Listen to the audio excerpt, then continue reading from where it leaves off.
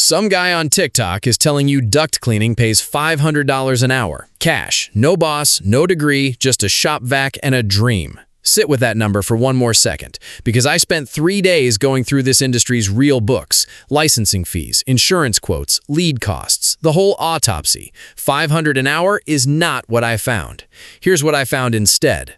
Duct cleaning is the job the internet loves because the barrier to entry looks like zero. No 4-year degree, no union card. You need a truck, a vacuum, and a phone number. That's it. And the demand is real, not made up. The average duct cleaning job runs between $271 and $509, according to Home Advisor's 2026 pricing data. Add dryer vent cleaning to your service list, and you inherit a genuinely scary sales pitch for free. Clogged dryer vents cause roughly 16,000 house fires a year in the United States, per industry fire safety data.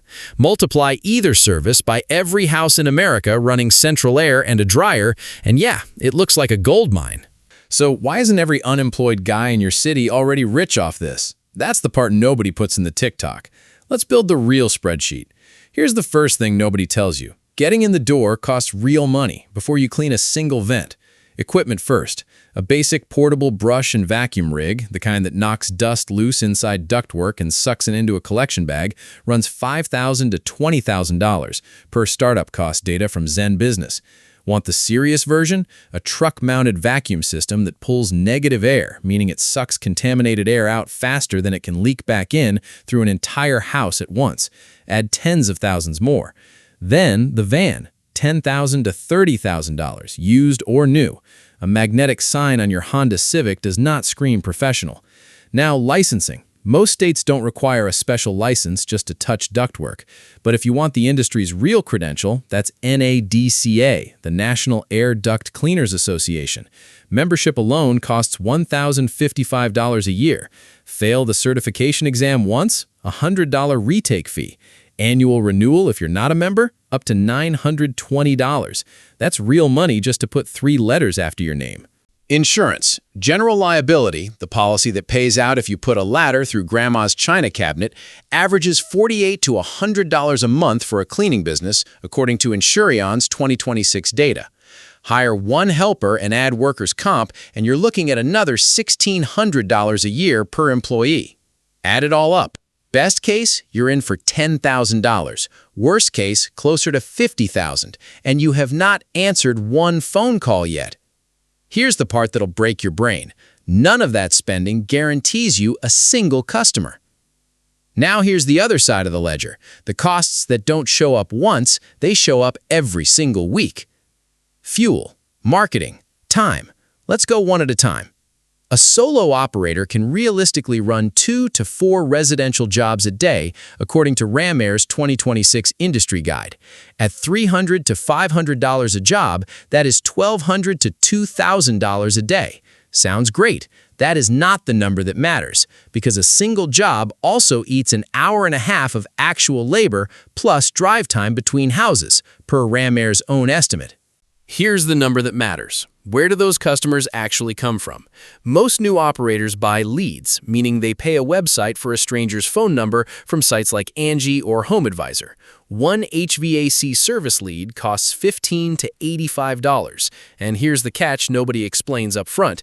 That exact same lead gets sold to 3 to 8 other contractors all at once. You're all calling the same homeowner in the same 5 minutes. Once you factor in that competition, the real cost per booked customer runs $250 to over $1,000 per customer before you've bought a drop of gas. You've probably seen the $99 whole house duct cleaning ad on Facebook. Do the actual math on it. A legit 2-man crew running real equipment for 3 hours cannot make payroll on $99. It is mathematically impossible to run that price and stay legal. So when you see that ad, you are not looking at a deal. You are looking at a bait and switch, a scam pattern the FTC has documented for years. The tech shows up, finds mold with no lab test required, and the bill jumps to $600 on the spot. So why does the honest side of this industry still get compared to that number? Good question. Hold on to it. Let me stop lecturing for a second and tell you about a guy I'll call Dave. Ohio. 40 years as an HVAC repair tech before he retired and started a dryer vent and duct combo business, 4 days a week. A real operator, not a scammer. Dave grosses about $8,000 a month. On paper, that's $96,000 a year, part-time. The TikTok guru stops right there and calls it a win. Dave doesn't stop there, because Dave keeps real books. Insurance, fuel, a $600 a month equipment lease, $400 a month on lead ads. And here's the cost nobody budgets for. Callbacks. That's when a customer says the job wasn't done right and you go back and redo it for free. Industry estimates put callback and warranty work at 5 to 10% of all jobs. On Dave's volume, that is 4 or 5 unpaid redo visits every month. Run the real math, and Dave's actual take-home lands closer to $50,000 to $55,000 a year. Still solid money, just not yacht money. So let's build the honest spreadsheet. 1 operator, 1 van, decent volume. Revenue. 3 jobs a day, 5 days a week, at $400 average. That's $6,000 a week. $288,000 a year gross, meaning before a single expense comes out.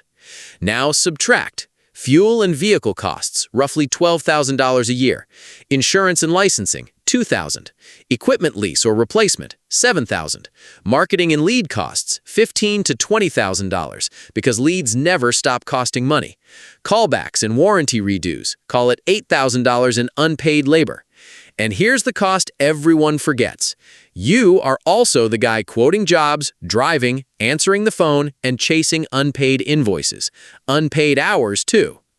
Net margin in this industry typically lands between 20% and 30% based on modeled operator economics from Zen Business's 2026 breakdown.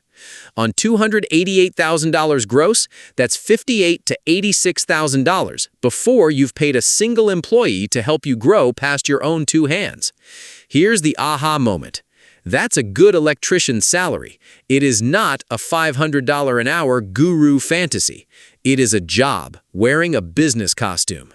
So, business or job? Here's the honest answer. It starts as a job, a well-paid, physically demanding job with no PTO and no sick days that you happen to own. So when does it actually become a business? Right here, the day you stop being the guy in the van. The day you hire a second technician, then a third, and your income stops depending on your own 2 hands turning a brush through a duct. Most operators never make that jump because the overhead of hiring, more payroll, more insurance, more trucks eats the exact margin you just spent years building. So the guru selling you the $500 an hour dream isn't lying about the top-line number. He's just conveniently forgetting to mention the $50,000 of overhead sitting underneath it. I put my numbers on the table. Equipment, insurance, leads, callbacks, all of it. If you've actually run a duct cleaning business or a dryer vent route, or you think my math is wrong somewhere, tell me exactly where in the comments. Name the line item. I read every one.